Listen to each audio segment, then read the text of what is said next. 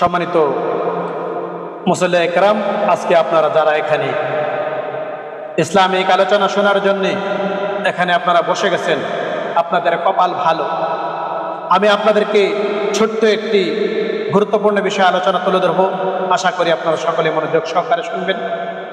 আমার আল্লাহ পাক রব্বুল আলামিন পবিত্র কালামুল্লাহ শরীফের মধ্যে বলেছেন, হাফিজু আলা আসসালাওয়াতি ওয়াস সালাতিল উসতা ওয়া কুমু লিল্লাহি কানিতিন। ও দুনিয়ার মানুষেরা, তোমরা আসরের নামাজকে, মধ্যবর্তী নামাজকে হেফাজত করো এবং তোমরা আমি আল্লাহর জন্য বিনীতভাবে দাঁড়িয়ে যাও। সুবহানাল্লাহ, সুবহানাল্লাহ। আবু দাউদ শরীফে রাসূল পাক সাল্লাল্লাহু তাআলা আলাইহি ওয়াসাল্লামের একটি হাদিস, রাসূল পাক সাল্লাল্লাহু তাআলা আলাইহি ওয়াসাল্লাম ফরমান